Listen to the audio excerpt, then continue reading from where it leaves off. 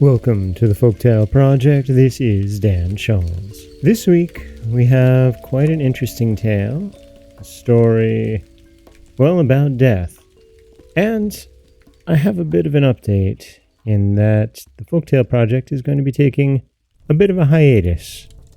I'll continue to put out some classic Folktale Project stories, tales that we've told over the last 7 years, but I have some new ideas that I want to explore. It'll probably take the end of the summer, but I hope we come out of it with something that y'all will really, really enjoy. So, with no further ado, our last new story for quite a bit. This is the Roumanian tale, and it's a short one, but I promise you it's a good one. The Voice of Death. Once upon a time something happened.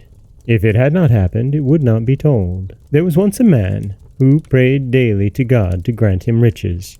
One day his numerous and frequent prayers found our Lord in the mood to listen to them. When the man had grown rich, he did not want to die, so he resolved to go from country to country and settle wherever he heard that the people lived forever. He prepared for his journey, told his wife his plan, and set off. In every country he reached, he asked whether people ever died there, and went on at once if he was told that they did. At last he arrived in a land where the inhabitants said they did not know what dying meant. The traveler, full of joy, asked, "But are there not immense crowds of people here, if none of you die?" "No, there are no immense crowds," was the reply. "For you see, every now and then somebody comes and calls one after another, and whoever follows him never returns." "And do people see the person who calls them?" asked the traveler. "Why shouldn't they see him?"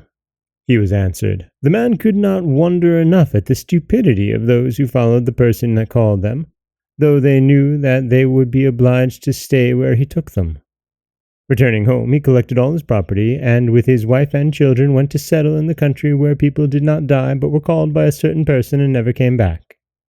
He had therefore firmly resolved that neither he nor his family would ever follow anybody who called them, no matter who it might be. So, after he had established himself and arranged all his business affairs, he advised his wife and all his family on no account to follow anyone who might call them if, as he said, they did not want to die. So, they gave themselves up to pleasure, and in this way spent several years. One day, when they were all sitting comfortably in their house, his wife suddenly began to call, "I'm coming, I'm coming," and she looked around the room for her fur jacket.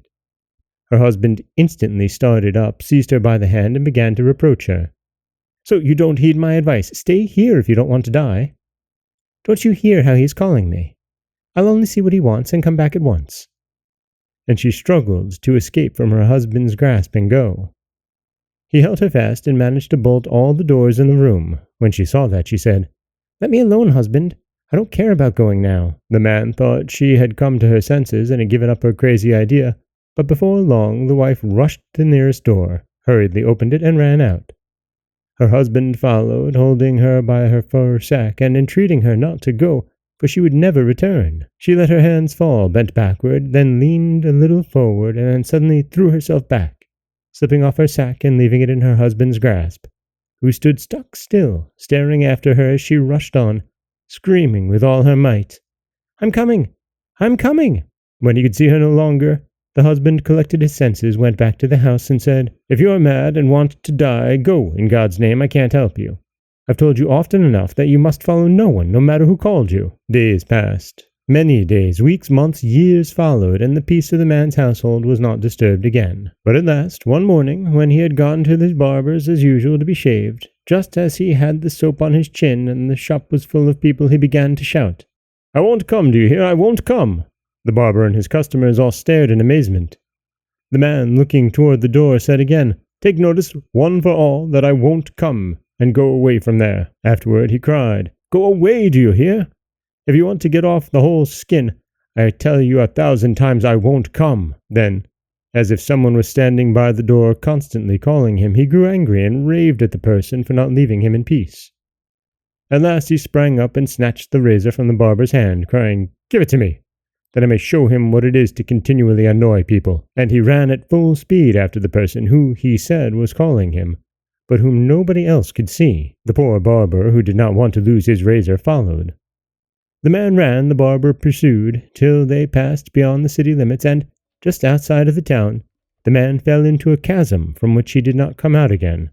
So he, like all the rest, followed the voice that called him. The barber, who returned home panting for breath, told everybody he met what had happened, and so the belief spread through the country that the people, who had gone away and had not returned, had fallen into that gulf. For until then, no one had known what had become of those who followed the person that summoned them. When a throng set out to visit the scene of misfortune, to see the insatiable gulf which swallowed up all the people and yet never had enough, nothing was found. It looked as if since the beginning of the world nothing had been there except a broad plain. And from that time the population of the neighborhood began to die, like the human beings in the rest of the earth. And that is the voice of death. Our last news story for a while. And I didn't mean it to be a story about dying. I promise you, nobody's dying, everybody's well. But it is time for a bit of a change. And that's where I'm going to leave it. But don't worry. Until I announce what happens next with the Folktale Project, there will be, as I said, Folktale Project classics. Stories retold from all over the world. This is Dan Scholz for the Folktale Project. Don't forget that you can subscribe to the podcast on Apple Podcasts, Spotify, anywhere that you like to get your podcasts. You can follow us on Instagram and Threads at Folktale Project. If you'd like to help support the project, you can head over to patreon.com/folktaleproject. Or you could always just share the stories with someone you love. I do appreciate that.